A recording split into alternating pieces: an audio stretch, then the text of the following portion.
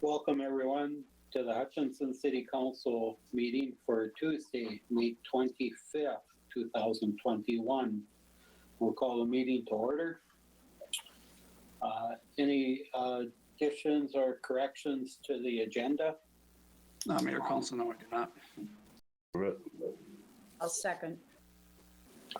Motion by Chad, second by Mary to approve the agenda. Roll call. Mary? Aye. Chad? Aye. Dave? Aye. Brandon? Aye. Aye. Motion carries. Invocations from Faith Lutheran Church. Good evening. Good evening. Let us pray. Almighty God, you have given us the gift of life and faithfully provide the means to sustain it. Make us always to remember your generosity and constantly to do your will. Bless our community with honest industry, truthful education, and an honorable way of life. Save us from violence, discord, and confusion, from pride and arrogance, from every evil course of action. Give wisdom, prudence, and foresight to these and other leaders to whom we've entrusted the authority of government, that their deliberations and decisions may serve this community well and reflect your desire for the well-being of creation. All these things and whatever else you see that we need, I pray in Jesus' holy name. Amen. Amen.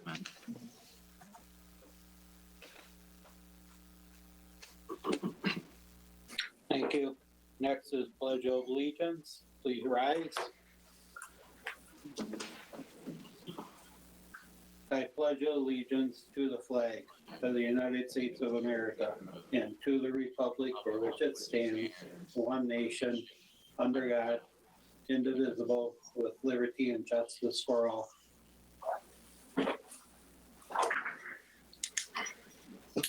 Recognitions of gifts, donations, and community service to the city. Does anyone have anything tonight?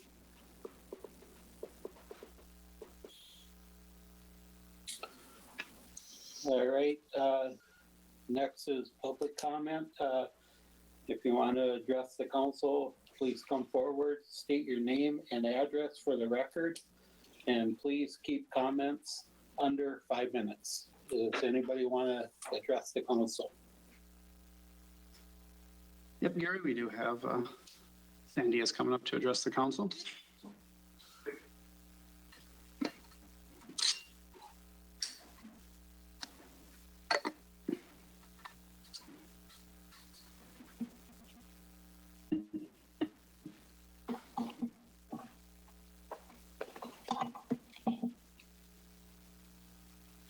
Mr. Mayor, City Council members, I thank you for allowing me to make the public statement.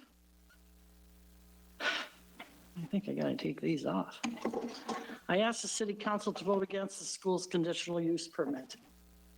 17 years ago, this council signed an agreement with the school district regarding North Park Elementary, which was supposed to make sure the property stayed a park. City Attorney Mark Sabora told this council at that meeting, if a portion of the school building is demolished, that portion of the property must revert back to park land. I ask you, if not now, then when? My answer is, I believe never. Now the school district, excuse me, I have some breathing issues. Now the school district is tearing down part of Park Elementary and is turning that spot into a parking lot for buses. Rather than requiring the school district to vacate that portion of the property and turn it back into park, the city is giving it its blessing. At the Planning Commission meeting a week ago tonight, the school district and the city staff explained that this plan was fine, even though the road through the park will get much bigger through the heart of the park, and it is allowed since it will be completely within the school district's franchise agreement. They also explained that the school is allowed to do whatever it wants with its property as long as it says it's for educational issues. Mr. Yoakum said at the planning meeting that the history of the park and the legal issues were not part of the criteria for the 9 points the commission was to base the decision on. It is my opinion that city attorney is obviously a pro-park advocate, as I believe Mr. Yoakum is. I believe the city employees do not have the best interest of the citizens to whom the park was dedicated. You, the council, do not represent the school district. You represent the taxpayers of the city and the people to whom the park was dedicated. The school district and the city did not explain why we need to do this. They claim it's necessary for safety reasons, but they've been handling bus pickup and drop off on Grove Street for years, for decades. On top of that, there will be fewer buses ever since there will be 2 fewer grades at Park Elementary after the demolition, and the West Tiger campus will be the site of the bus exchange. I don't know if you're aware, but at one point, there were over 1,200 kids at that school. Now we're going to have less than 400, and we need a parking lot on parkland. I know you've probably been told only to consider zoning regulations. At least that's what the Planning Commission was told last week. But I ask you not to just rubber stamp for what the school district wants. North Park is dedicated to the citizens of the south half of Hutchinson, and the city holds it in trust for the citizens' benefit. For some reason, I cannot understand why District 423 and the city of Hutchinson's employees, as well as some elected officials, do not seem to understand this. Act in the best interest of the citizens of Hutchinson and keep North Park as it is, and tell the school district to follow the vacation agreement. For your information, I want you to read something from the state of Minnesota. Just take a moment. In a relevant 1946 opinion, the state attorney general states that a city council could not, underlined, give up management and use of a land dedicated on a city plat to the school board so that the park would cease to be a public park and would become a school playground only. Opinion Attorney General 59-840, July 8th, 1946. The ground dedicated as a park on the plat could not be sold or conveyed by the city to the school board, but was held in trust for the dedicated purpose. And there was a court case, Allen, and I have, it seems under Minnesota law that neither the legislature nor a municipality can destroy such a trust or divert property dedicating for park purposes to the use contrary to the use specified by the dictator. I would ask that you would deny the conditional use permit.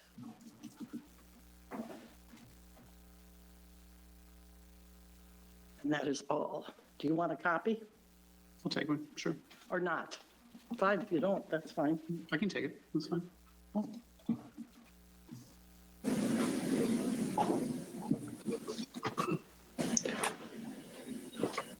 I do not have.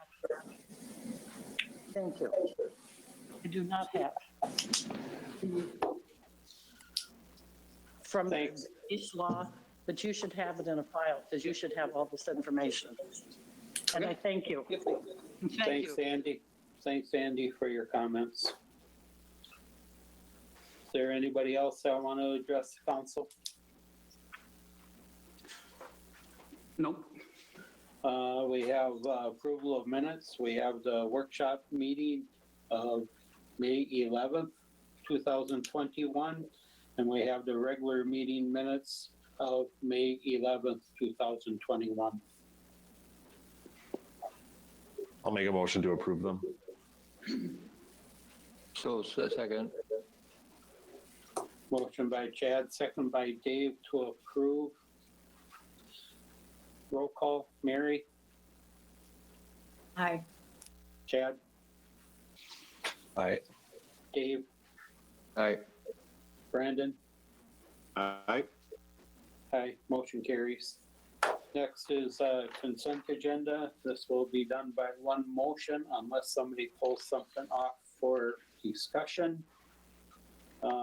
We have A is resolution number 15313, resolution adopting finding and of facts and reasons for approval of the final plat for the South Fork Ridge 4th edition with favorable planning commission recommendation.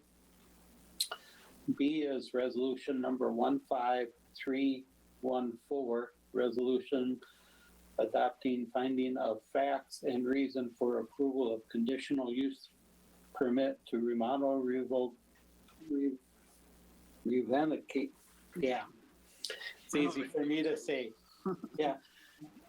Park Elementary School located at 100 Glen Street Southwest, Independent School District 423, applicant with favorable planning commission recommendation. C is approval of resolution number 15316, resolution for authorization to execute Minnesota DOT grant agreement for federal airport expenses reimbursement. D is consideration for approval of purchase of Splendor Grow and Wonder Blend bag film. E is consideration for approval of professional service agreements with HKGI Incorporated Growth Planning Study. F is approval of Dairy Day celebration on August 14th, 2021. G is approval of Relay for Life event being held August 2nd and 3rd, 2000. I suppose that should be 2021, right, Matt? It says 2019. Yes, 20 and 21. So Okay. It's retroactive. Alrighty. H is approval of issuing short-term gambling license to Hassan Valley Lodge 109 on September 25th, 2021. And I is approval of taxi license renewal for Erickson Acre Carriage Company, LLC. And J is claims appropriation and contract payments, register A. Is there anything anybody wants pulled off? I think, can we pull B off? Yep.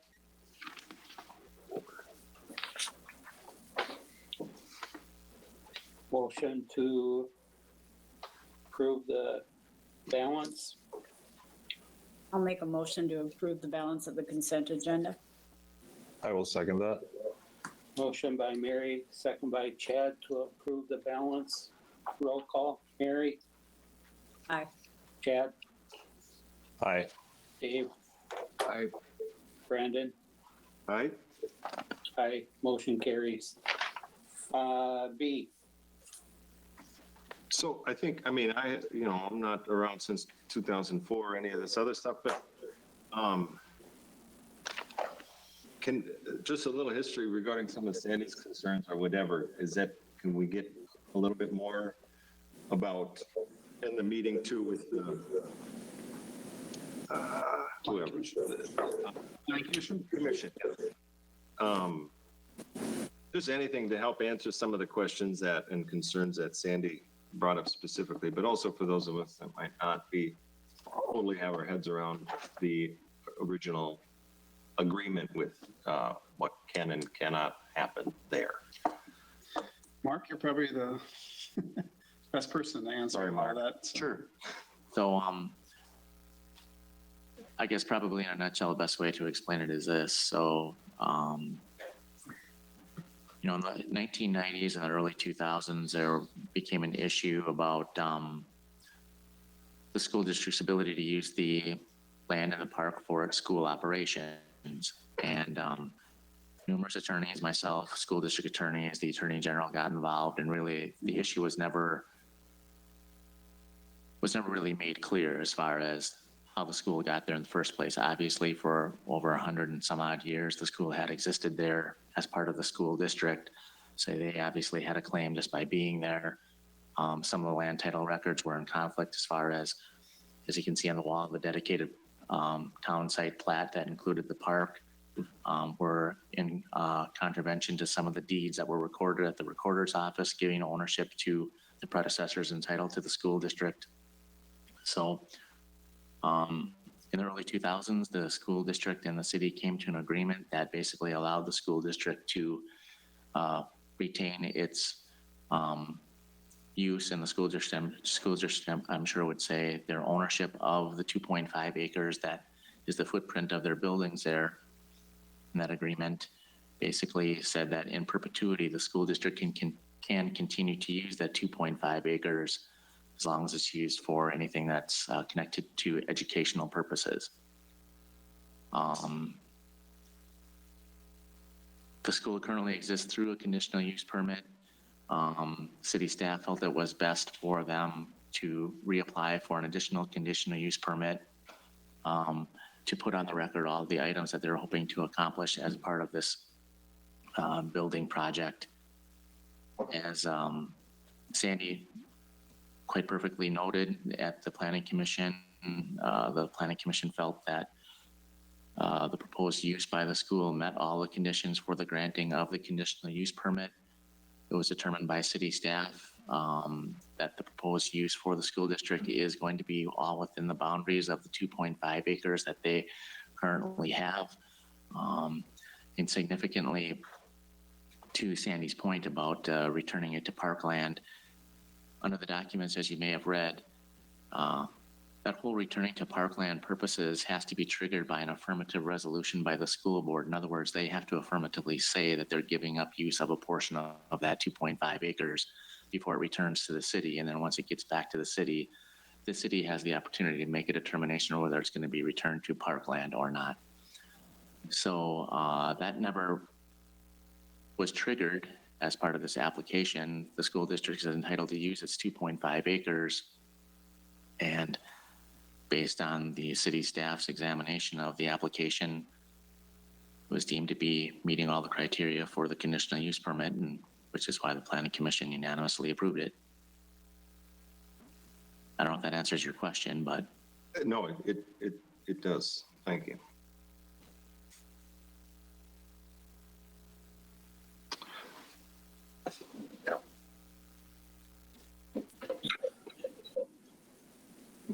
Brandon, did you want any other explanation from Dan Jokum or otherwise?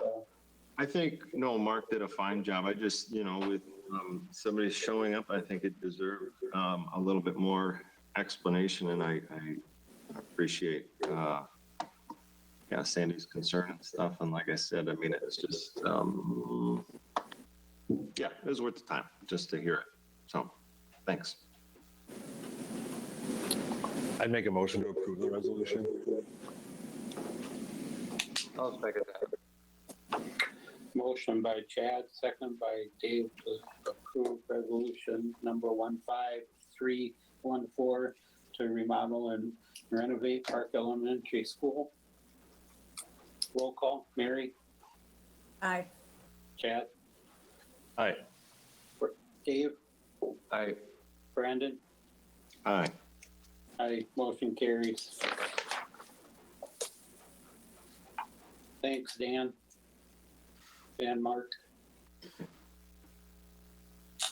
All right, we do have, we have approval of consent agenda number 2, claims appropriate contract payments, register B. I do have a check on there for my business, so I will be abstaining.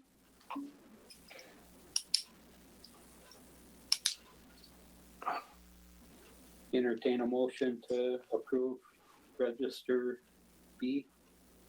I make a motion to approve Register B. I'll second. Motion by Dave, second by Brandon to approve Register B with me abstaining. Roll call, Mary, Aye. Chad, Aye. Dave, Aye. Brandon. Aye. Motion carries. Matt, Gary, we have 10 minutes until 6 o'clock when we have our public hearing. So if you wanted to jump down to item number 11. Sure. Hutchinson, under communications, requests and petitions, we have Hutchinson Husky presentation on plans for a new grandstand at VMF Dave Mooney Baseball Complex. Come on. Mr. Messner, are you there? I am here. Thank you. I'm Kyle Messner, president and current player for the Huskies. I also have Bruce Rosenau, who's the vice president. I'd just like to thank you, City Council, for giving me the opportunity to speak about the grandstand project that the Huskies are spearheading. So in 2019, mid-2019, we adopted VMF. So I spent a lot of time in the outfield mowing, and when you spend a lot of time, you do a lot of thinking, a lot of visualizing about projects or things that can be updated at the ballpark. So currently, we've made some great improvements at the ballpark. For instance, I think it was 2014, we put a new backstop in and new dugouts and also new netting for the fans for viewing, which is great for them. 2016, we had a guy come in and redo our mound and home plate. 2020, last year, we added new fencing, tore down the existing fence that was there since 1986, 85. We tore that down and added new fencing up, which really looks nice. I think in 2025, they're talking about new lighting. New LED lighting down there. So you look at all the things that we've done to improve this ballpark. And so you look at our grandstand. Our grandstand currently holds about 250 people. The middle section is covered, the wings are not, and it's all bleacher type seating. That current grandstand was built in 1985. And so it's had its use. It's been around for a while. It still serves its purpose, but the grandstand, to my knowledge, and when I talked to Tim Tobin, he's the seating and athletic facility first enterprise guy that gave us a bid for that. He's also the guy that did the stadium at the high school. He said the seating there at VMF is the minimum distance it can be. So it's pretty tight for people to sit in those stands. Through this project, our funding would come from businesses and private donors. And plus, my intention would be to have a state tournament probably the year 2025 or 2026. So far, we've hosted at least 3 state tournaments down there. When you host a state amateur baseball tournament, thousands of fans come to Hutch, which thousands and thousands of dollars are spent in the community of Hutchinson. So it's a good thing for baseball and the city of Hutchinson. So that's my ideal would be to build a new grandstand, which you have the PowerPoint, which would sit about 381 people.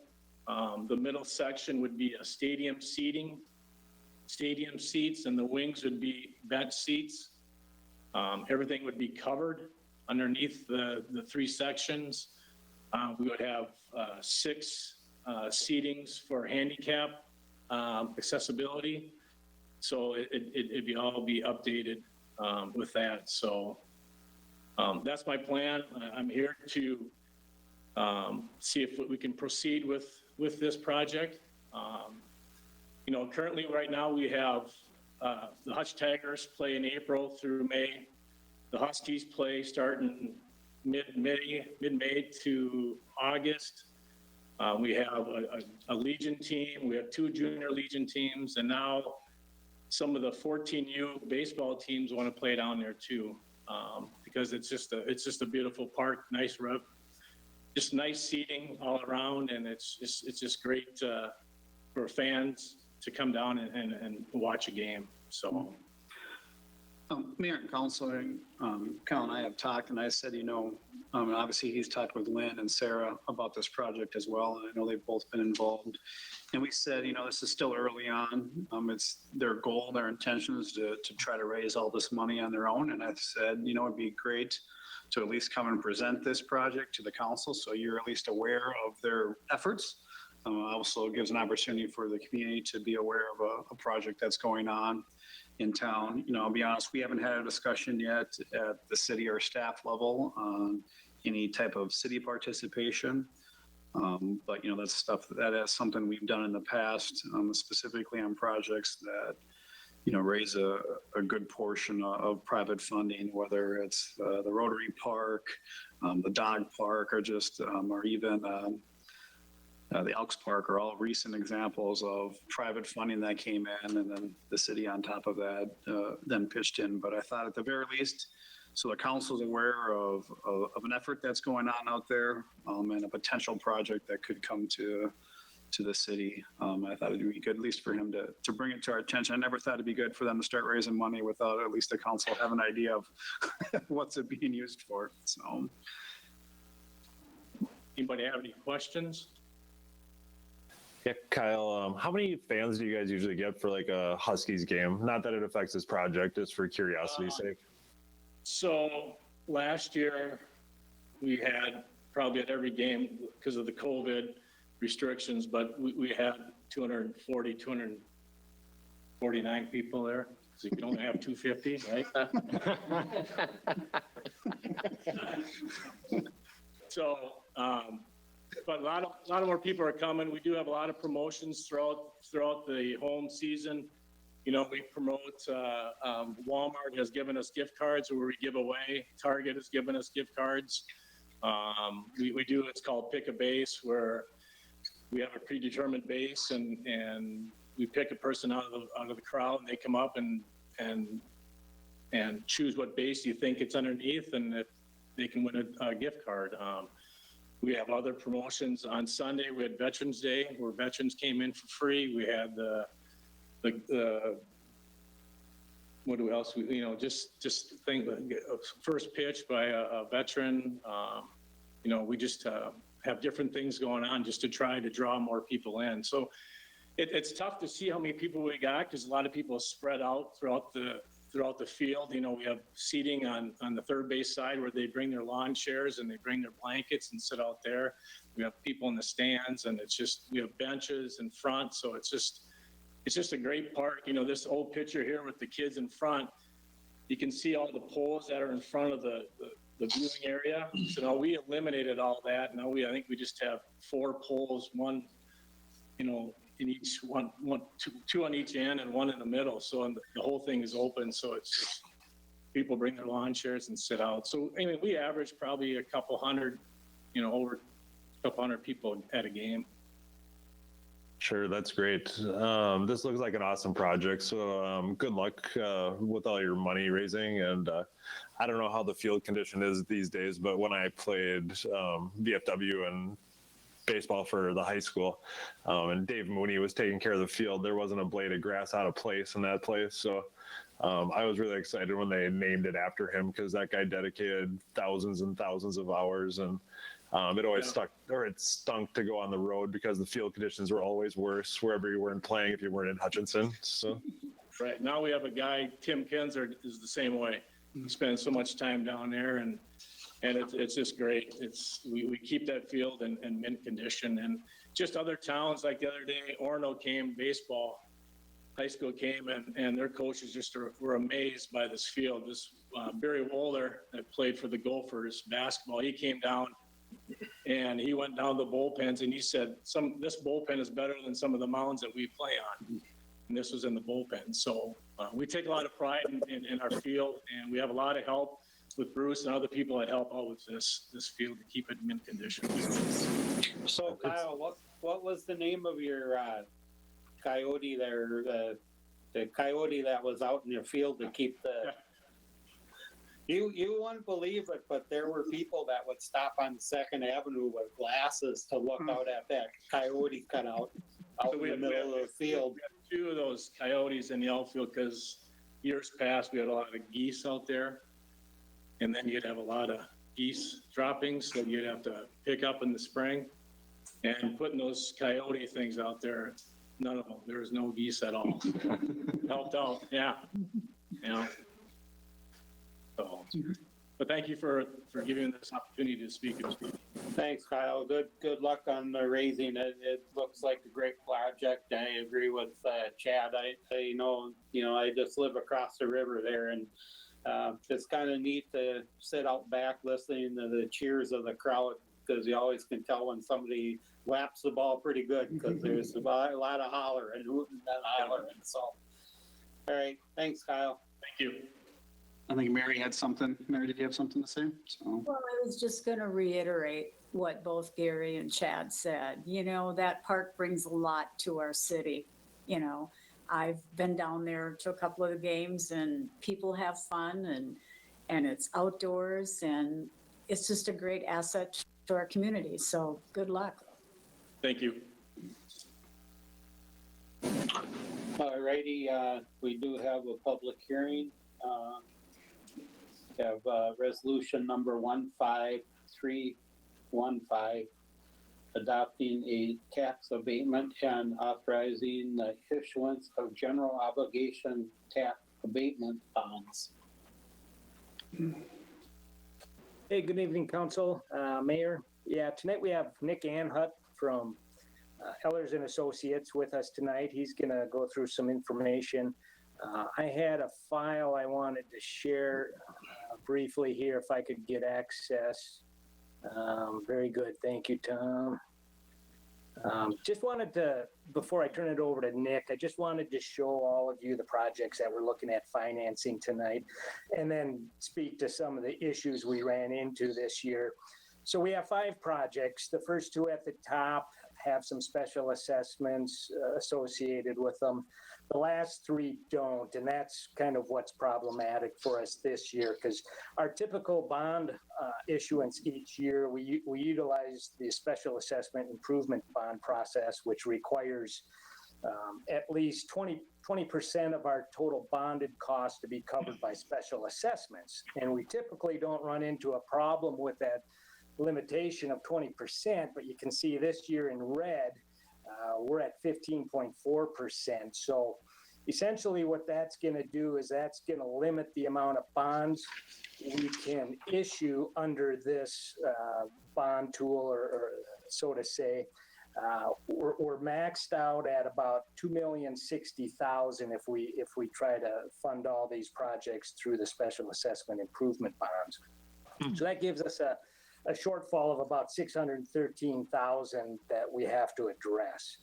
And in order to avoid an election and bridge this $613,000 gap, we'd either have to bond for that maximum amount of $2,060,000 and then use city reserves to fund that shortfall, or we have to look for a different tool authorized by state statutes to finance those 3 projects that don't have special assessments.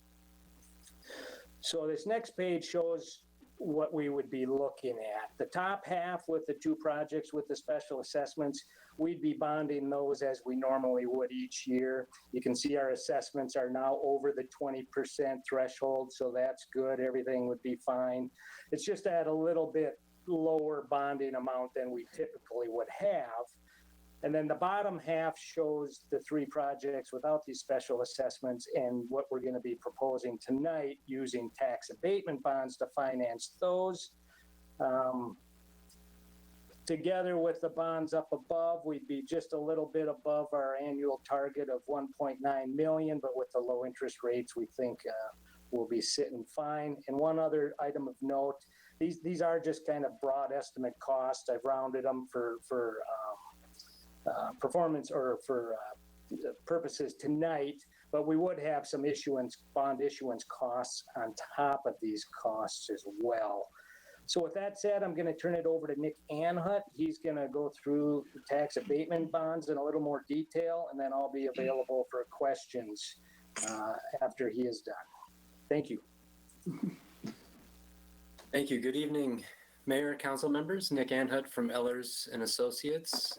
And tonight, the question is holding a public hearing to authorize a tax abatement to provide the financing that Andy just went over. So the Tax Abatement Authority is in Chapter 469 of the statutes. It allows Minnesota cities, counties, even a school district to apply a general obligation pledge towards financing for certain types of public or private improvements within their community. That general obligation pledge is important because it allows us to seek our lowest potential cost of financing and exercise the city's strong AA- bond rating.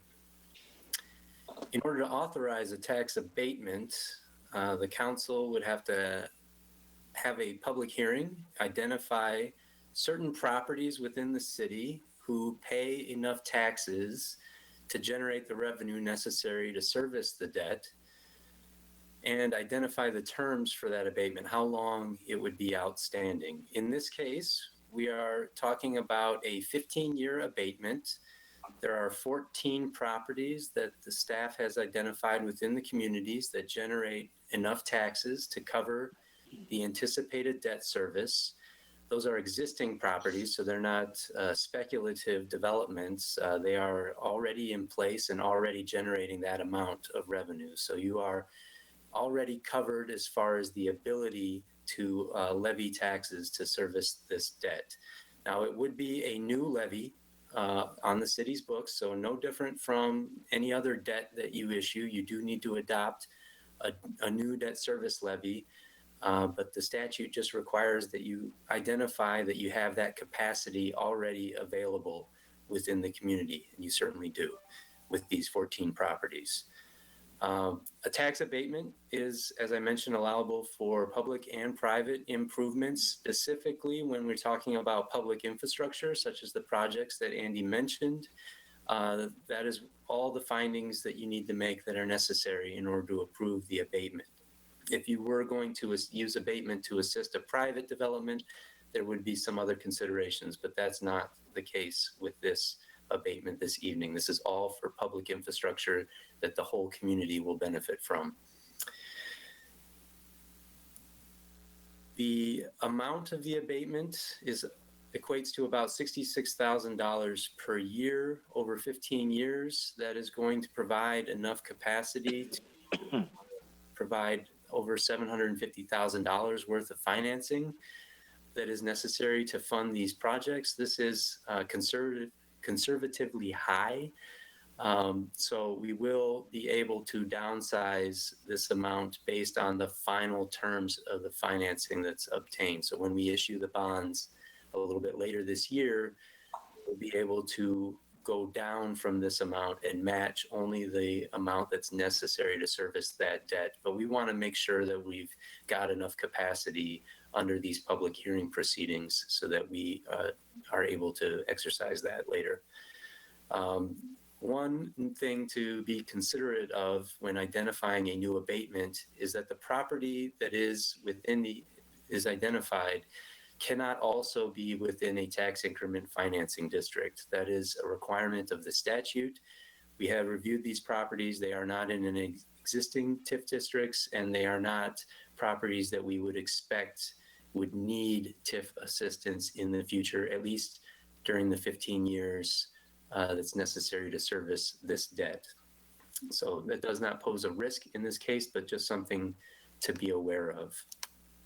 The only other limitation that is applied with tax abatement is there is a finite dollar amount that the city can abate for this or any other projects that you want to use this tool for.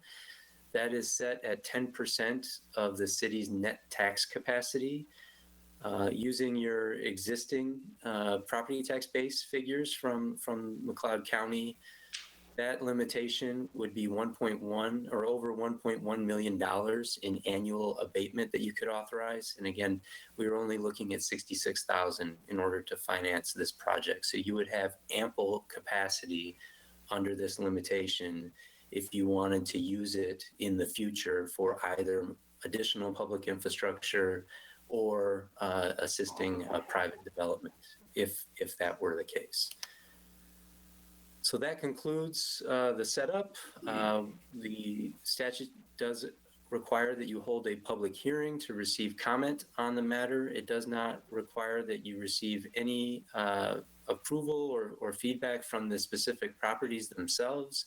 But you do have to hold a public hearing. Upon conclusion of that public hearing, there is a resolution within the city council's packets to consider adopting the tax abatement, and it would authorize using that abatement for a future general obligation bond issue that we expect to move forward a little bit later this summer in combination with the police facility and the other street improvement projects that Andy presented at the onset of this item. So I'm happy to stand by for any questions as well as the public hearing, but we certainly recommend moving forward so that you can finance these projects this year. Thank you.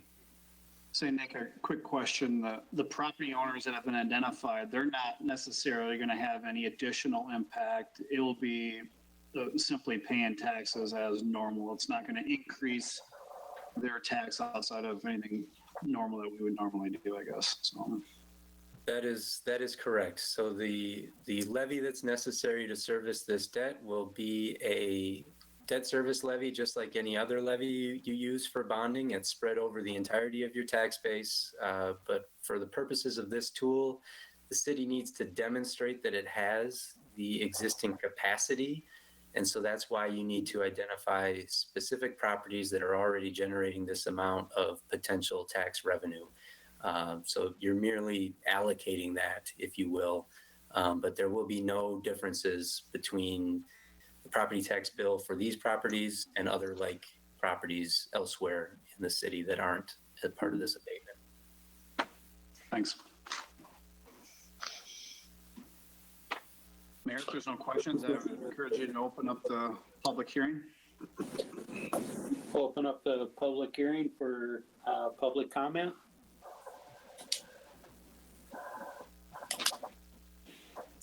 There is no one here to come forth and give public comment. I'll make a motion to close the public hearing. Second. Motion by Chad, second by Dave to close the public hearing. Roll call. Mary? Aye. Chad? Aye. Dave? Aye. Brandon? Aye. Aye. Motion carries. Andy, did we have to do any action on this? Yeah, we're going to need you to approve this resolution tonight. And then we're going to come back in most likely in June to really start the bonding process, and then we can lay out more information in detail then. Entertain a motion to approve resolution number 15315. I'd make a motion to approve it. I'll second it. Motion by Chad, second by myself to approve the resolution. Roll call. Mary? Aye. Chad?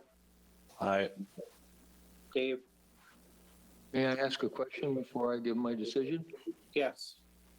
Does these 14 properties then do not exist for 15 years as far as being a part of any other bonding issues? Well, we can't have a TIF district where these properties are located for those 15 years. Gary, can you mute your mic? We can have other projects. I would assume we can also assess these these properties, because they're really not paying anything in addition right now. We're just kind of reallocating the taxes that they're currently paying for city taxes. We're allocating that to this project. So it's kind of like a books game with what they're paying. So they're not paying anything in addition at this point. So yes, if we come back and need to redo their streets, we could assess them for street improvements. Okay. I think you answered my question. Very well, thanks. Yep. I say aye. Brandon? Aye. Aye, motion carries. Alrighty, Thanks, Nick. Thank you all. oh, thanks, Nick. I am down to 1% on my computer, so if I fall off the screen, I'm sorry. I'll have to come into chambers, but, all right, First Avenue Northeast Improvement Project, letting number 10, project number 21-10.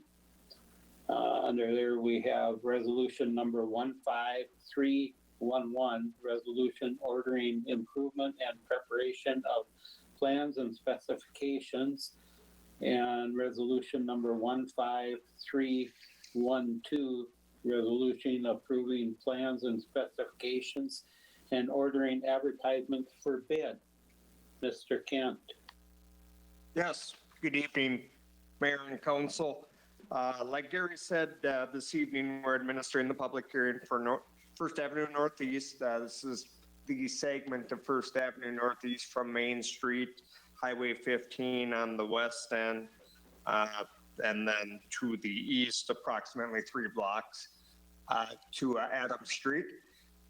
This project is somewhat, well, it is tied to the police station development, and it is also tied to the new roadway that we're proposing as part of the police station development, which is the extension of Jefferson Street from Washington up to this roadway, First Avenue Northeast. So with that, that's the basic scope.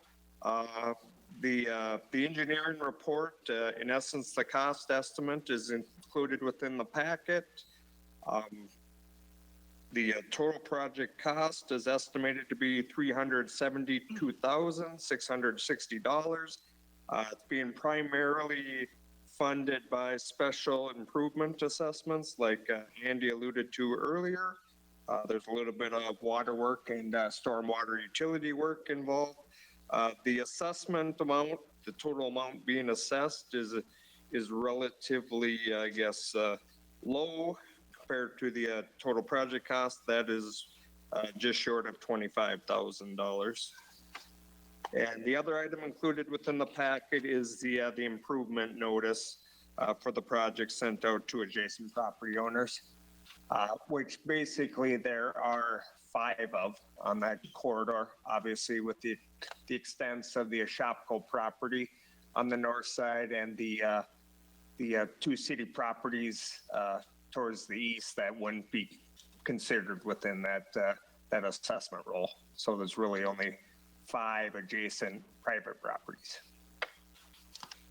And looking forward, after we administer the public hearing this evening and hopefully approve the resolutions involved, we will administer a bid opening on June 16th with the hope that we can award the project on the first meeting in July 13th. So with that, I don't know if council has any questions.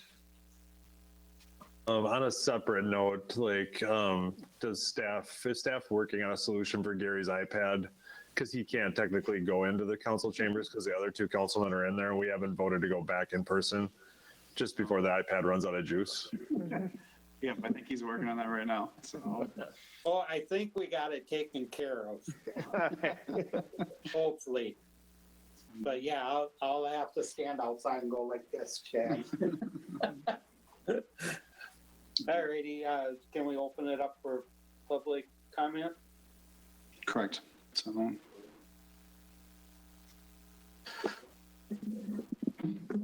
You know, the 13, Morgan, so. Good evening, Mayor, Council. Thank you for having us. My name is Morgan Baum, and I'm a property owner at 22 First Avenue Northeast. It's my business property, home of the Clay Coyote Gallery and Pottery. I do live in town at 925 Second Avenue Southwest. I guess I'd like to start by saying thank you. The road needs it. I do agree with that. I don't like the bill, but I realize that's part of my responsibility as a taxpayer, but I have a couple requests.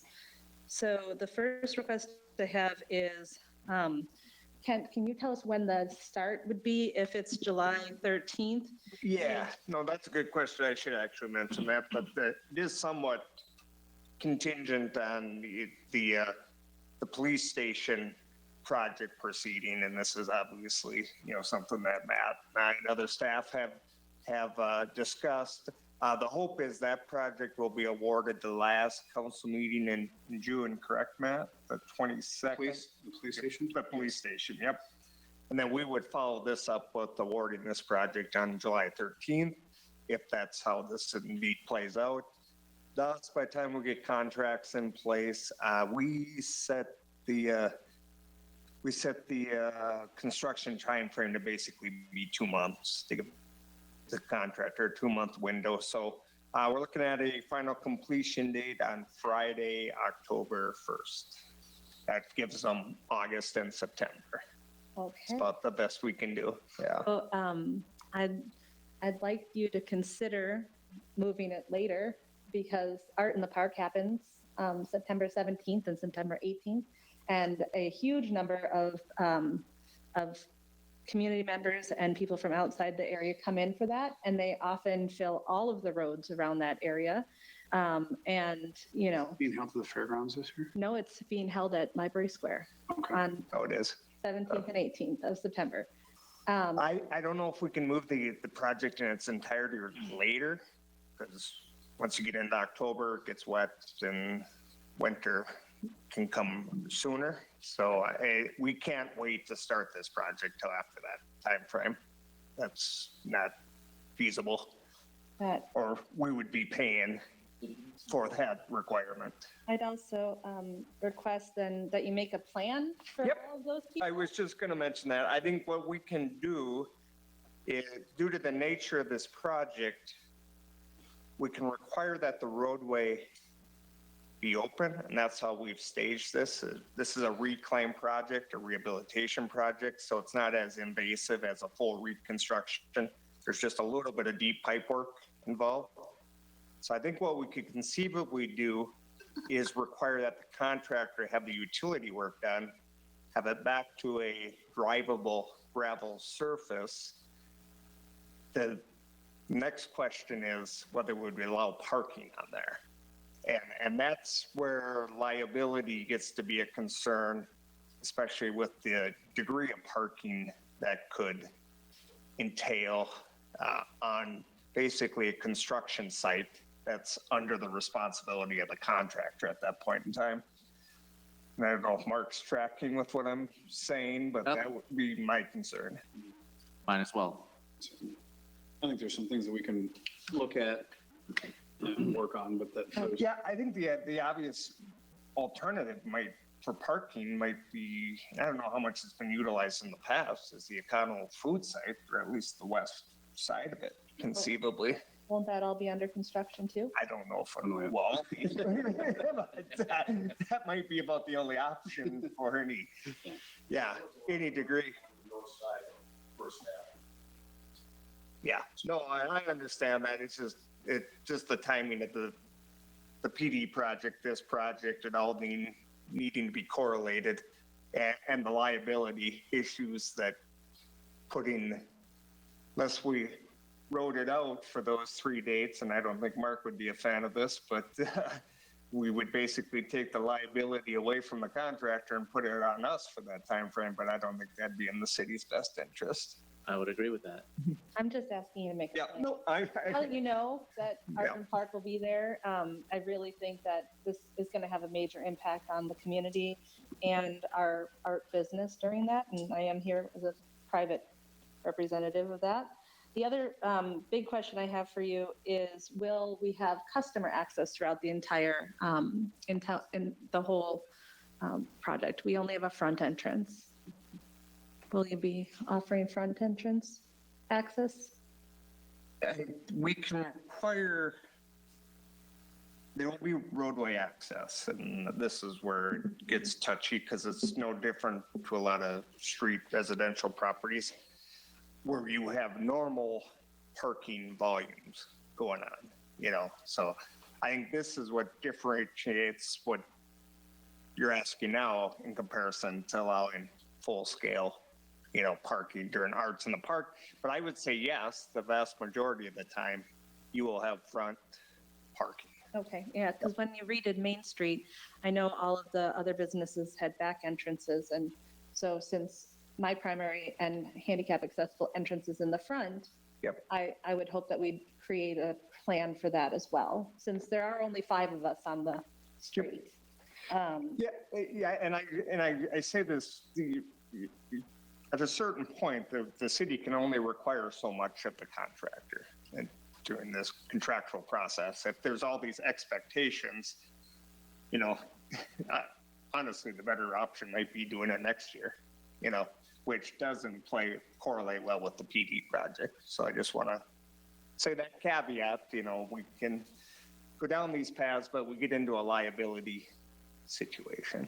Okay, and then I just have one last question, and I know I'm not the only one to speak tonight. How big are the regulated slanted parking stalls on that road? What is the requirement? I was looking at ADA rules, and it seems that it might be 8 feet, and I was stepping out in front of the library, and they were 8 feet over there. Is that what it would be on our road? No, I think I'm not saying I know every width of every painted stall downtown by any means, but we are definitely striping them typically wider than what already exists Okay. to meet current standards. I hope, yes, whatever the requirement is, that we do the minimum in front of the business, because right now we only have 1 space, and we would love, since we're going to go through a lot of pain, to come out with 2. Yeah. So that is the final thing I'd say. Yeah, about that. they're actually, it depends. It becomes a geometry equation, but they are 9 feet on the parallel. And so it's no different than a head install that's required of a private development. So, The space currently in front of my business is 12 feet. I measured it today. okay. Thank Yeah, it's way too wide then. Yeah. Very wide. We have very thin pottery lovers. Thank you. Yep, Thank you, thanks. council and mayor. I appreciate you hearing me out.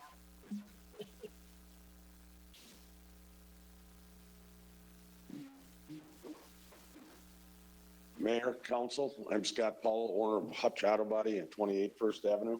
And I guess my only concern is, am I going to have access to my 2 overhead doors at any time during that?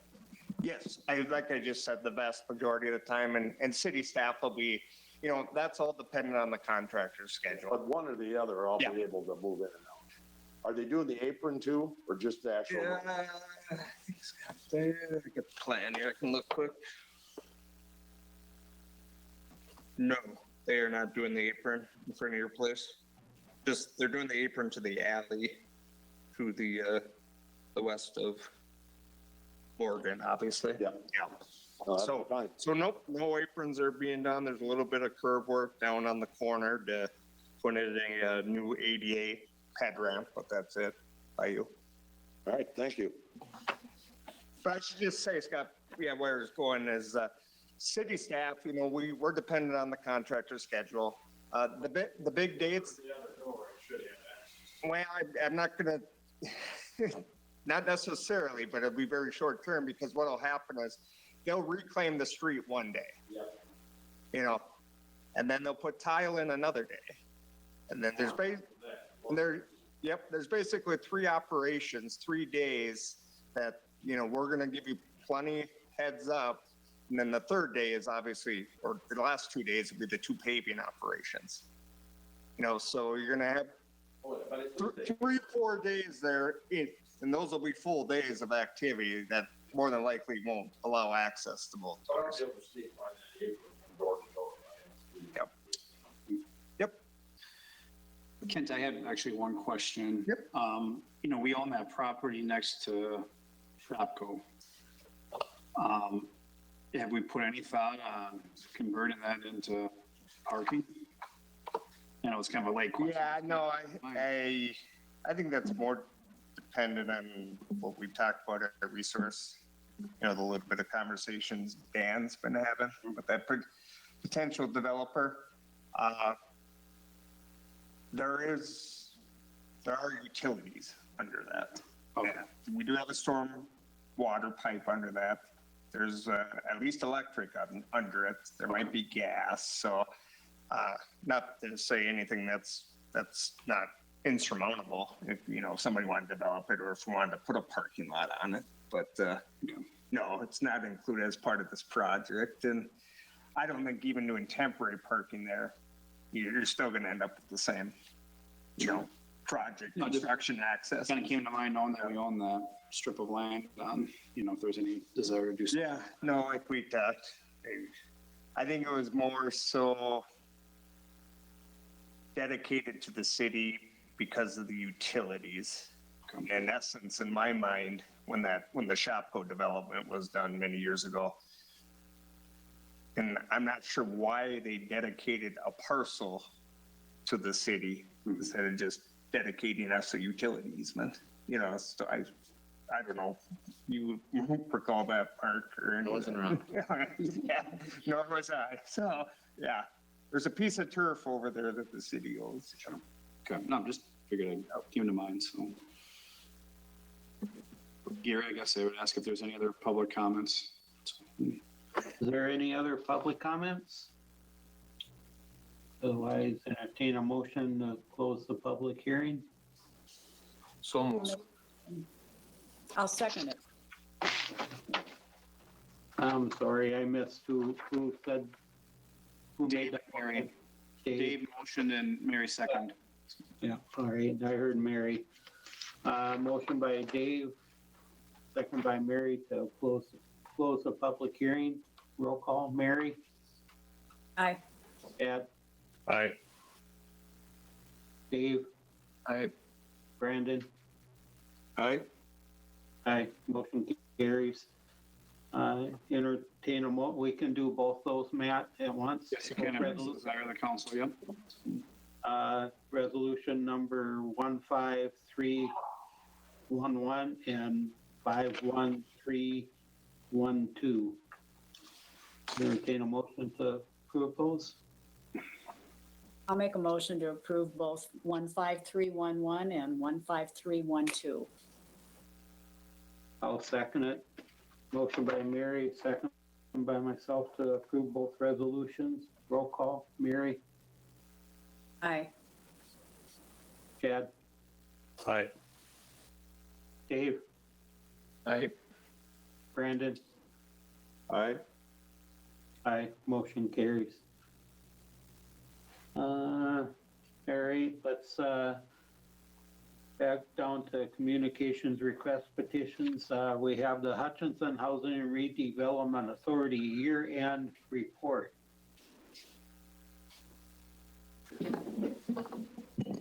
Good evening, Mayor and City Council. I'm Jean Ward, Executive Director of the HRA, and tonight we're going to review some 2020 housing data.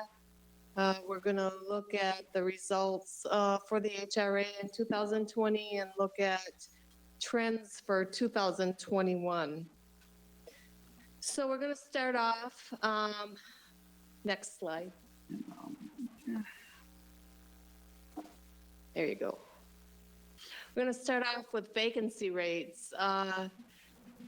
A healthy vacancy rate is 5% to allow for unit turnover and consumer choice. And you can see since 2009, the vacancy rate has been coming down in Hutchinson. In 2009, it was the layoffs at HTI that triggered a vacancy rate of 14.9%. In 2021, in February, we were at 4.13%. The caveat there is that Highfield Apartments just opened their 4th and 5th buildings, and that was for 35 units each for 70 units total. So that has been filling, and just last week we contacted them and they told us there were only 2 units remaining out of those buildings. The rest were filled. So you can see that with that, our vacancy rate again is probably under 2%. They also told us that the renters there were from workers in Hutchinson, workers in Glencoe, and retirees. So you can see that there is very much a demand for rental housing in Hutchinson. So next slide. So this is a snapshot of our apartments that have responded to our apartment survey. And what this slide shows is the range of rents. So if you look at the 1-bedroom rents, they range from $395 to $895. $895 are the Highfield Apartments 4 and 5 buildings that just recently opened in February and are pretty much fully rented. The 2-bedroom rents range from $475 to $1350, and those are the townhouse projects at Century Court West. That's across the street from the theater. The nifty little chart in the lower right-hand corner talks about the HUD benchmark for affordability is 30% of monthly gross income, and how those incomes relate to affordability and rents. So if you look at the bottom line hourly rate of $27 an hour for a full-time worker, equates to a family income of $57,672, which, by the way, was the census median household income in Hutchinson from 2019. That income, according to the HUD standard, would be able to afford a rent of around $1,400. So next slide. Hutchinson rents have been rising. The 2-bedroom unit rose 5.4%, and the 3-bedroom unit rose 14.4%. Next slide, please.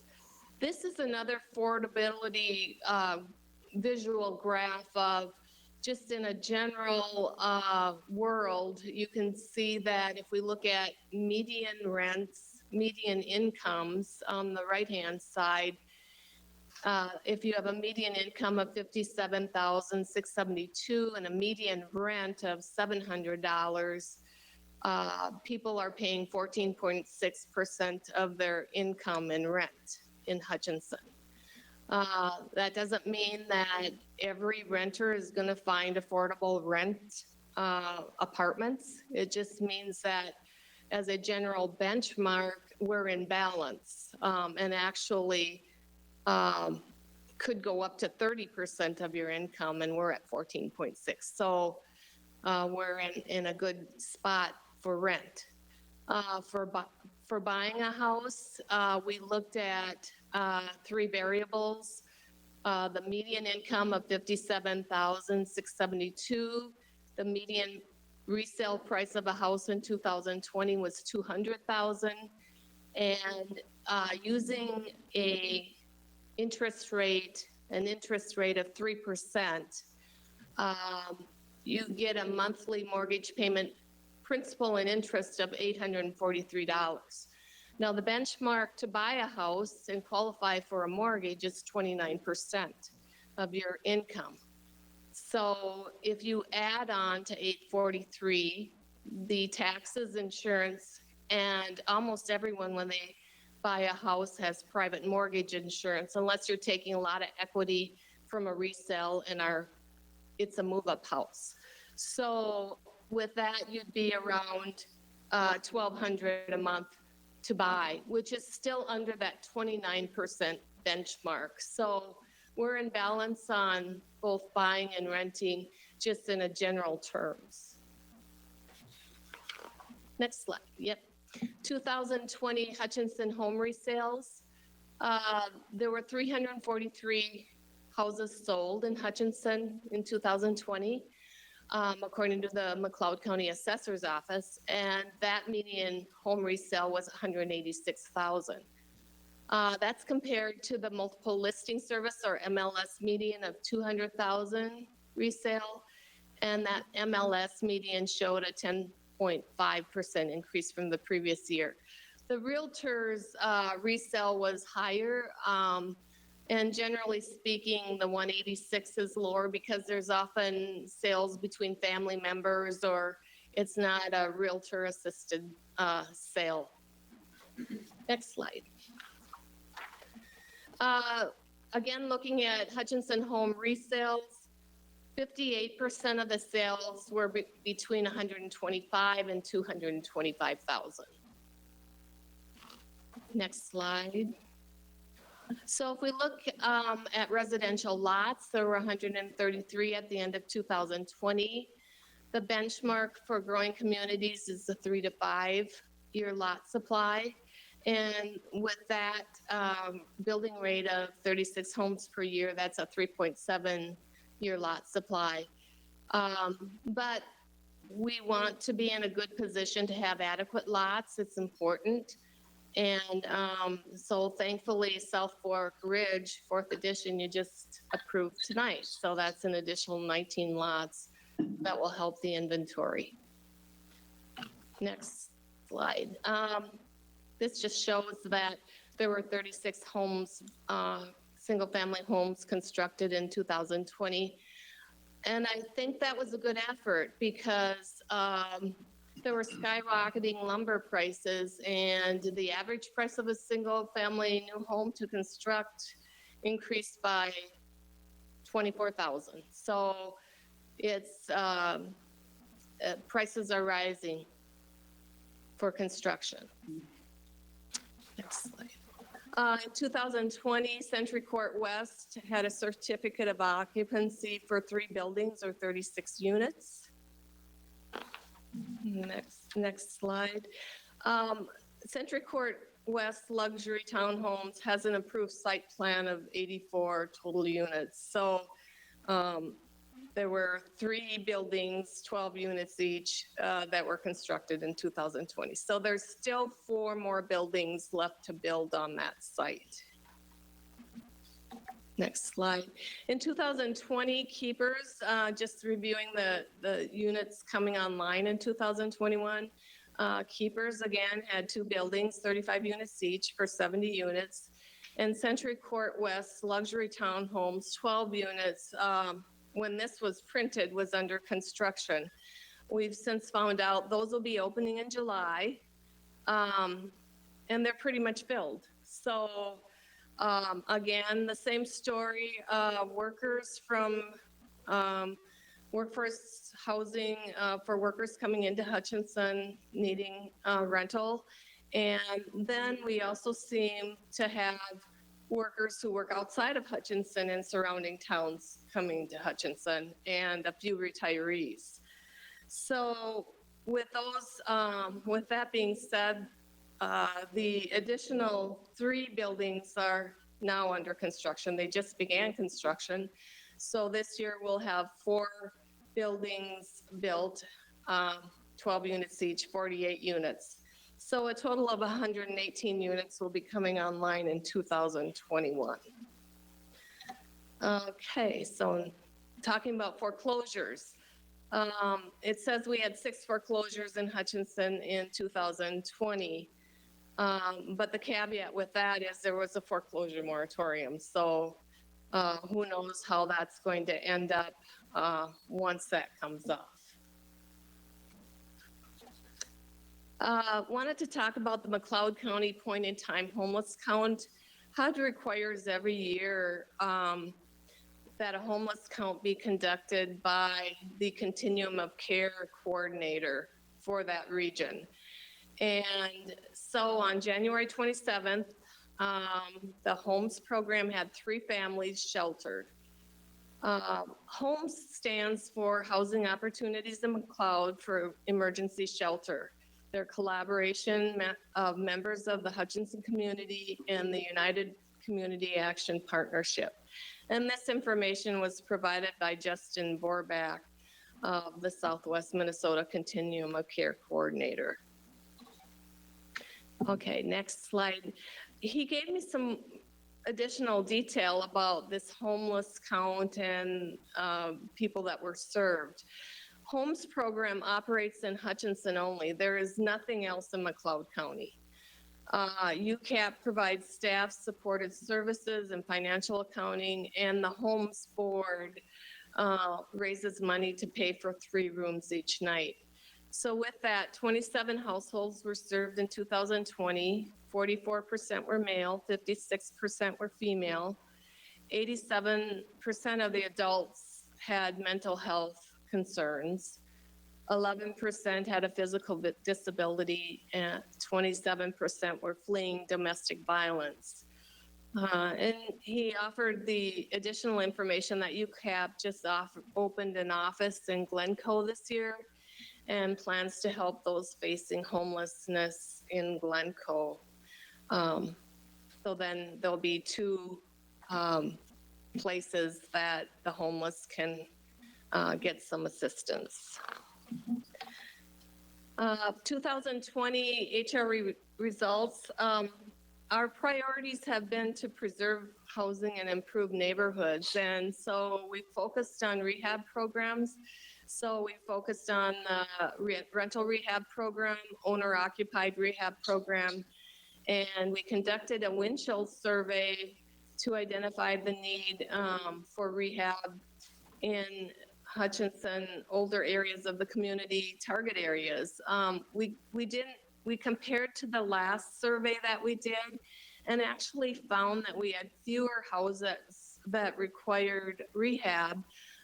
Thankfully to maybe low interest rates and refinancing, and also some of our rehab programs have been effective.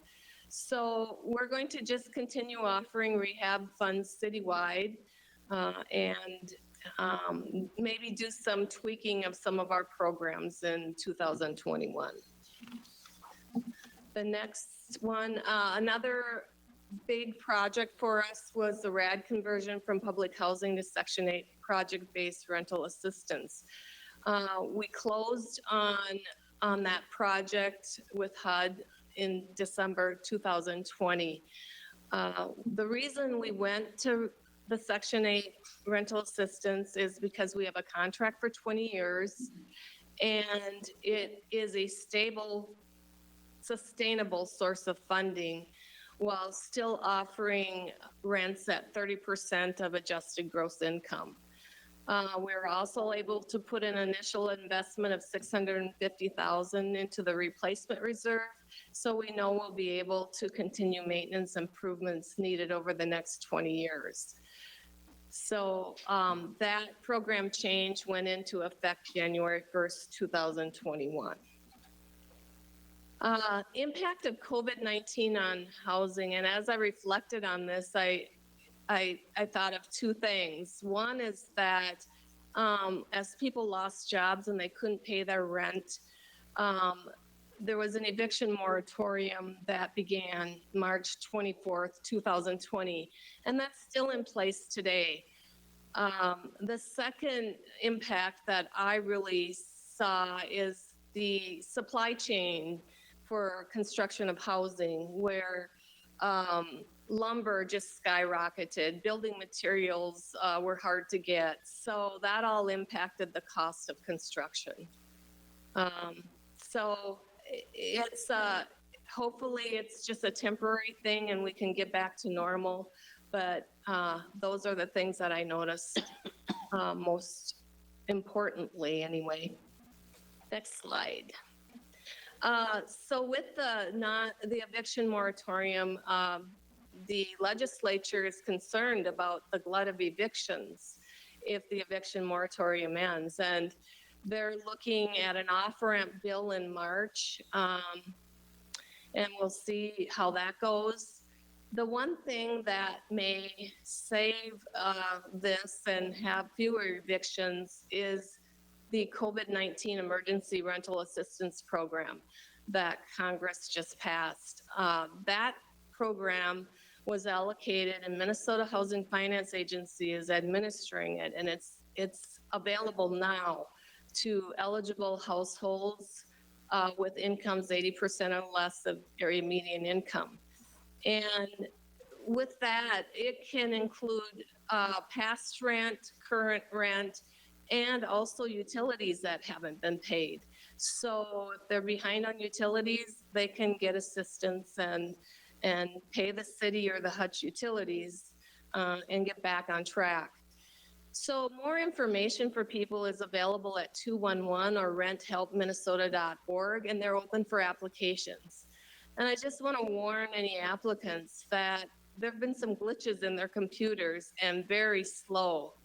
And they need to be persistent and keep trying and want to have everybody that's eligible get the help that they need. So landlords can get paid, tenants won't be evicted, everything will be a lot better if they can get the assistance they need. So we'll go to Realtors Predict. Realtors predict housing market to be very similar to 2020. Most influential factors affecting housing in Hutchinson is a lack of inventory of homes for sale. It's driving the prices up. But currently, buyers are able to purchase because of the low interest rates. They were around 3%. Actually, I looked a couple days ago and they were less than 3%. If interest rates go up, the prices going up won't be sustainable for people to afford to buy. But at this point, we're fine. We're in balance. In 2020, 36 houses were built, and realtors expect the building to continue to expand.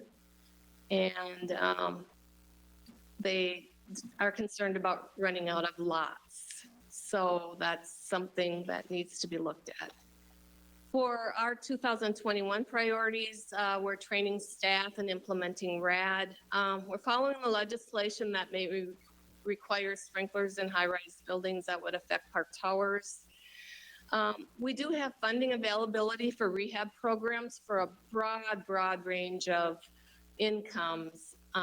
A few are listed here. We have the Small Cities Program, and we have funding available there. It's for 80% of McLeod County median income. And then we have the TIF available balance of $340,000 for up to a $10,000 grant. There's an owner match required.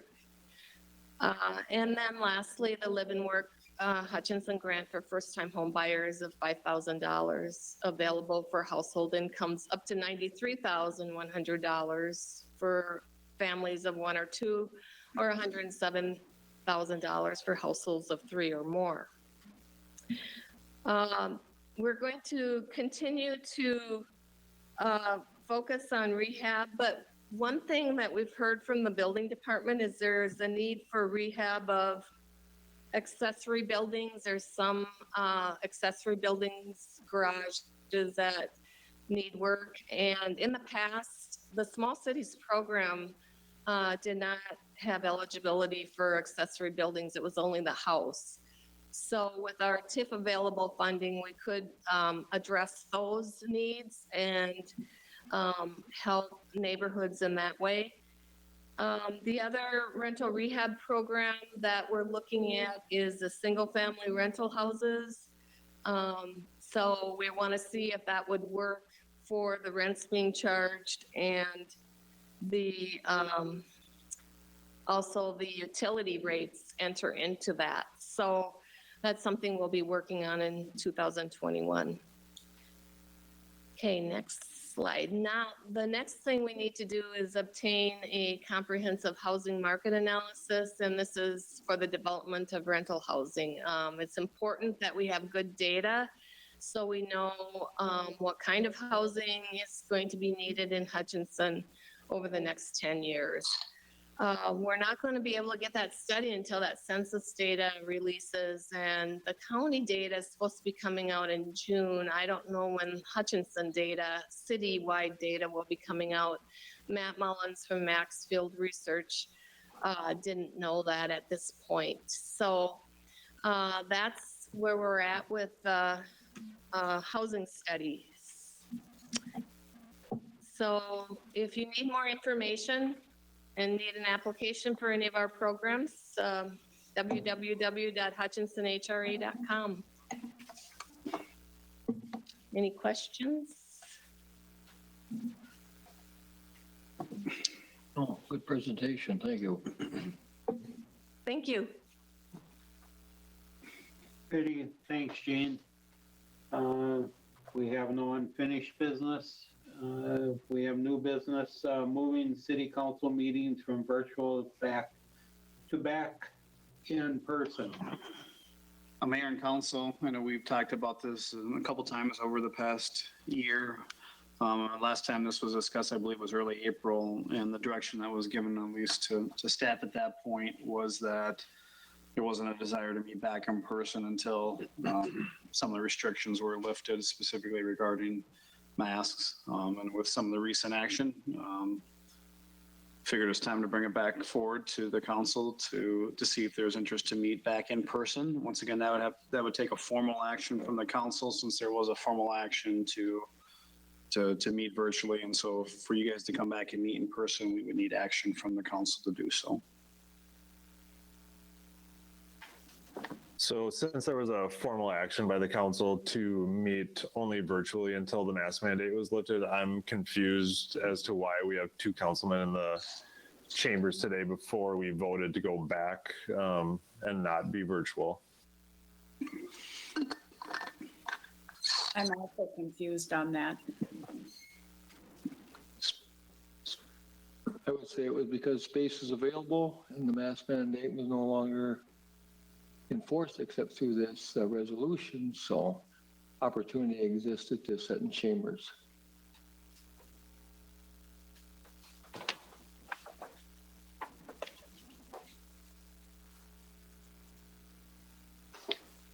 True, but it was set in policy that we weren't going to meet in person until it was voted on by it was going to be revisited when the mask mandate was lifted, and it is against policy to not be there or to be in there. I guess, Chad, if you want to make a formal complaint against them, I guess you would have to bring that up now. Otherwise, I guess that'd be the thing to do, right, Matt? Or as we've shared in the past, it's a responsibility of the council to govern and manage themselves. So yes, I mean, if that's the route that you would pursue or prefer for it to go. So obviously you've got the five of you here right now as well. But once again, that's the management of the five of you together as a board to manage each other. And maybe this discussion can happen after like the staff updates and things, but as far as the issue on the agenda currently, I would make a motion to go back into person because that's really what this agenda item is about. And I think at the end of the meeting, maybe we can talk about the secondary issue. Yep, and Chad, I would just ask, I had proposed June 8th. I'm assuming that's the desire of the council. And so I would just ask that you include, I guess, the date that you guys would go back and meet in person. So that is okay with me. I will second that to meet back in person. The first meeting in June would be June 8th. Any other discussion on it? If not, roll call. Mary? Aye. Dad? Aye. Dave? Aye. Brandon? Aye. Aye. Motion carries. Staff update. Matt, who do we have Chief Gifferson there? Yep, we have Chief Gifferson, myself, Kent, and Mark. All right, does Chief Gifferson have anything for us? He does not have anything for the council unless you have any questions for him. No, that's fine. Kent? Yep, one item, just a quick update on the pavement management program project down by the rec center, obviously the east side of the rec center. Things are going well. A shot of rain last week, I think was good and bad. Obviously it's gonna help keep the dust down, but made things a little soggy out there just prior to the contractor wanting to get some paving done. So we're probably going to end up waiting till next week to get any paving done of the rec center parking lot. That still sets them up to finish that lot prior to the interim completion date of June 4th. So I think we're still sitting good there. And we should start to see some paving out on Church Street and then Lindale and the very east block of Clinton in the near future. And then lastly, on that front, and I don't know, maybe council members heard or got a little guff about this, but the post office elected to cease mail delivery out there for a number of days. I think it varied throughout the project. Unfortunately, I think it was a premature or not a very well advised decision. Obviously, there's operations like we talked earlier this evening that might impact a particular day, but I don't think that then necessitates mail delivery being shut down for several days. You know, and we make a good effort to decide whether we're going to try to maintain service during these rehab type projects with people's existing mailboxes. You know, the other option is going to temporary boxes at the end of the block. People generally don't like that because obviously then they have to walk down to those boxes or make a special stop. So in these types of projects, rehab type of projects, we try to maintain service as much as possible and avoid temporary box banks that are necessary for reconstruction projects. So I just want to, obviously city staff has conversations with the post office and the postmaster here. Ultimately, it is not our decision. And we also encourage residents, you know, obviously the post office is their direct service provider, you know, to communicate their concerns or complaints also. That's it. Kent, doesn't the post office deliver by foot in that neighborhood? They're not going door to door with the trucks, are they? Yeah, I think that's pretty typical nowadays throughout town. What I see is, yeah, they stop at the end of a block, and like you say, Chad, they go on foot for quite a distance. So, yeah, I do believe, I think they were on foot. They weren't necessarily trying to get a truck down the street, but I think there might have been a drain tile installation operation going on at the time, which then, you know, is, like I said, is a matter of a day, if not hours, that impacts a particular property or that mailbox location. So, you know, we always encourage, you know, the post office, the postmaster, even sometimes engineering staff will have a discussion and a conduit to the postal delivery person themselves to keep them up to speed. So we can maintain service as much as possible. All right, is that it, Kent? That's it. Thank you. Mark, Mr. Sabora, do you have anything tonight? Nothing else tonight. All righty. Dave, why don't we start with you? You can start with me, but I don't have anything to say. I'm just really glad that all council members will be back in chambers on June 8th and that we'll be back to normal again. Appreciate that. Thanks. Mary? I have a couple of things. Now that we've had some rain and it's warmed up a little bit, people are asking, when are the mosquito spraying going to start? Do we know what our counts are at all? I don't believe we do. Usually, I thought it was the end of May. Yeah, what's that? Yeah, usually, typically, it's the end of May, but yeah, it's been relatively dry. So, but likewise, we would like to get some counts to make sure it's worth our effort. But like you said, Mary, I'm guessing that if it's not next week, it'll be the following week at this point. Yeah. Okay. Kent, I have a couple- 26 is what we have on our, I think, Oh, is that what's listed? that was what was communicated to us in public. Yeah, so yeah, possibly it's tomorrow night, but like I said, John usually waits till the consultant gets some counts because we don't want to spray and spend the money, obviously, if there's no mosquitoes around, but they're either here or coming shortly, obviously. Well, now they're Right. coming for sure since it was brought up. It's Memorial Weekend. They're all usually coming out. One other thing I wanted to ask you about, Kent, is, and you and I have had this discussion, you know, as you come off of Highway 15 and you want to get onto Lynn Road, that stop sign there, you know, I travel that all the time. I swear I'm the only person who stops there. Everybody just slows down, looks, nothing's coming, and they go. Yeah, you're talking about the large pork chop by Edina Realty. You got it. Okay.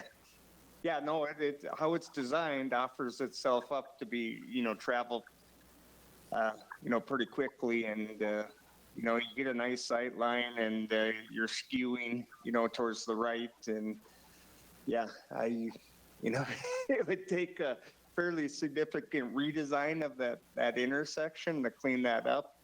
Otherwise, it's. Otherwise, Tom heard. Yeah, otherwise Tom and his crew needs to park there, but I don't honestly. Yeah, I see it all the time too, Mary, and I don't believe there's any accident history that I'm aware of, anything significant. I know this has been talked about a few times over the years, so I think it's one of those things. And obviously, it's within the state right away. So, and with where the state is, MnDOT, as far as making their investments on their system, now with their funding limitations, there's unfortunately a lot of the time with the state and the counties for that matter, unless there's an accident history there, yeah, they're unfortunately not going to do anything. Okay. Something of this nature. And It's I kind of want- treated as a quarter of a roundabout there in practice, Yeah, like people exactly. just kind of fly through. Kent, It's actually a state patrol issue, isn't it? No, think about it. So, sorry. Kent, I have one other question for you. Who is responsible for the stop signs that are on the mall's properties? Well, Tom can correct me if I'm wrong, but I don't know if anybody is necessarily. Well, here's the thing. What's that? If you It's all on private property. Yeah, that's all private property, yeah. Responsibility. It's private property. Yeah. Yeah. Yeah. But the issue is, there are so many stop signs within that mall parking lot that are so faded that people don't know they're a stop sign anymore. They are no longer red and white. They are pink and white. So I don't know who to talk to about that. Probably mall management at this point. I don't know if we have any Jurisdiction. I don't think we have any ordinance regarding private, we have a lot of private parking lots with stop signs and traffic. I don't know if we have anything in our books that we regulate. I mean, generally, the private property owners are you would think would keep that up, but that'd be, I would encourage people to contact the mall management really at this point in that area. So Geez, Well- Mary, don't be fussy, you know, at least they fixed the potholes. I can live with that stop sign. And I agree with that they fix the potholes, but I see people not stopping because they don't realize that that's a stop sign. Yeah. And I'll get off my soapbox now. So. That's it. Mary, thanks, Mary. Chad, what do you got? Sure. I mean, going back to what we were talking about before, I mean, the leader did a pretty blunt editorial last week, bringing into question David Brandon a little bit, and whether or not they're following policy or not. And then tonight, I would argue they're not following policy. You know, obviously we changed the policy tonight. And I guess I'm a little ignorant on this issue because in my 13 years, we've never had a councilman disregard council policy. So maybe Mark or Matt can speak on, like, what does it look like if council people are disregarding policy? You know, I just don't know, like, is it Gary's responsibility as the mayor to enforce it, or as a council member, like what is the precedent there? And I just think it'd be better if we were able to worry about working on council business instead of having, I would consider it somewhat grandstanding, you know, or, you know, theatrics here tonight. I don't know why we would be in person in the council chambers when it's clearly against council policy. And it's not about being in the chambers or the mask mandate or whatever. It's just about following council policy. And I don't know why people think that they're above following voted on policies, because I think it's a slippery slope if we're not going to follow them. You know, if say Mary or I decide we don't want to follow a policy, do we have to? You know, if I would say Lofdahl's complaint was largely ignored, you know, so I don't know that I'm going to put in a formal complaint if it's going to be ignored like John's was. You know, it was discussed, but nothing happened. So I was just wondering what everybody else's thoughts are on following, or the council following our own policies, and what they would like to see going forward. Chad, I'm going to kind of share for at least yourself and the rest of the council. This was the policy adopted by the council when it came to discipline. You know, and Mark can add if I'm wrong.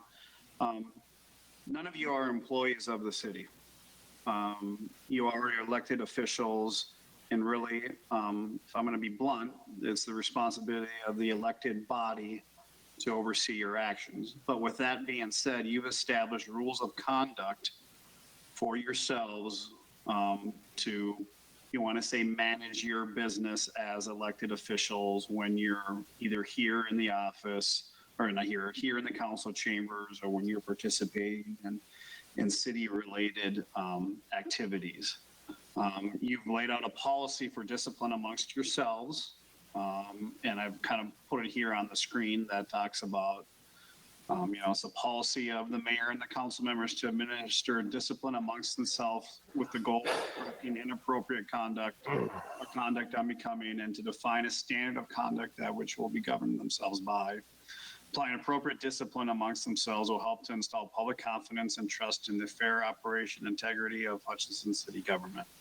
The mayor or council member who intentionally and repeatedly does not follow proper conduct, or who violates any provisions within these bylaws or any other city ordinance, charter provision, or city policy may be reprimanded by the council, lose committee assignments, both within the city and within government agencies, lose council pay or other privileges afforded by the council.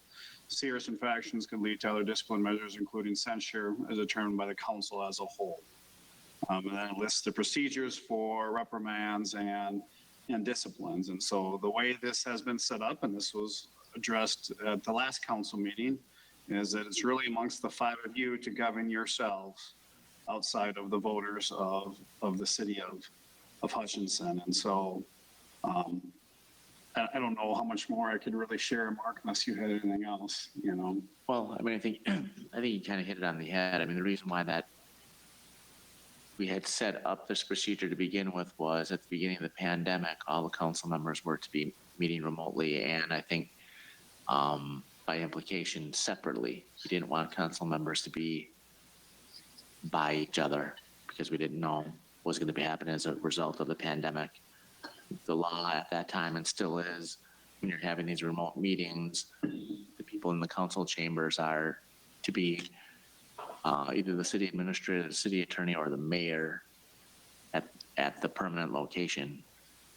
According to the policy that you just read, obviously, the first step is that there'd be a private admonition of the offending people. And we haven't done that, kind of did the opposite. We kind of had a public airing of grievances, but if we're going to be following the policy, you know, the policy says the mayor's going to have a private talk with the council members and see if it needs to go forward from there.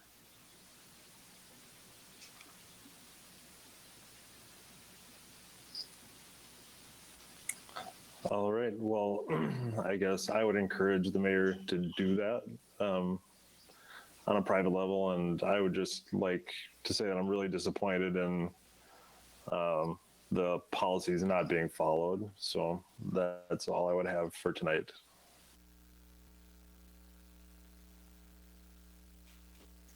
Alrighty, thanks, Chad. Brandon? Yeah, no, I don't have much, just other than to say, hope everybody has a fun and safe long weekend. And then also just to say publicly thanks to all vets, but especially those who kind of gave it all for what we have today in this country. And just remember that come Monday. People sacrifice their lives for what we have here. Thanks. Thanks, Brandon. Matt? Just two items. Obviously, with Monday being a holiday, city offices will be closed on Monday. And then I know everyone's excited, and barring we have good weather, the Aquatic Center is set to open on June 5th, which is a week from this Saturday. So we've had a good start to the season weather-wise, so I'm hoping that will continue. So that's it for me. Great, thanks, Matt. I just had a couple things. One, I had a lady come up to me actually and wanted me to just encourage everyone to get out and visit their loved ones out at the retirement centers and stuff. You know, it's been a long time since people have been able to see loved ones and give them a hug and everything. Just follow the procedures that they have posted at the entrance, you know, and please go visit them.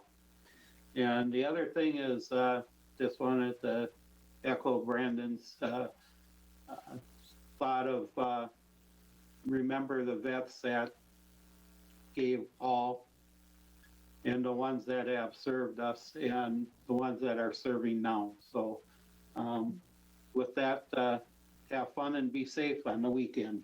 Adjournment's in order. Make a motion to adjourn. Second. Motion by Chad, second by Dave to adjourn. Roll call. Mary? Aye. Chad? Aye. Dave? Aye. Brandon? Aye.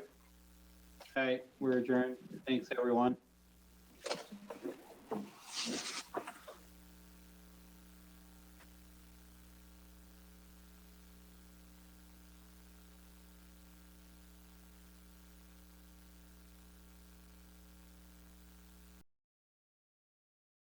Having different guys.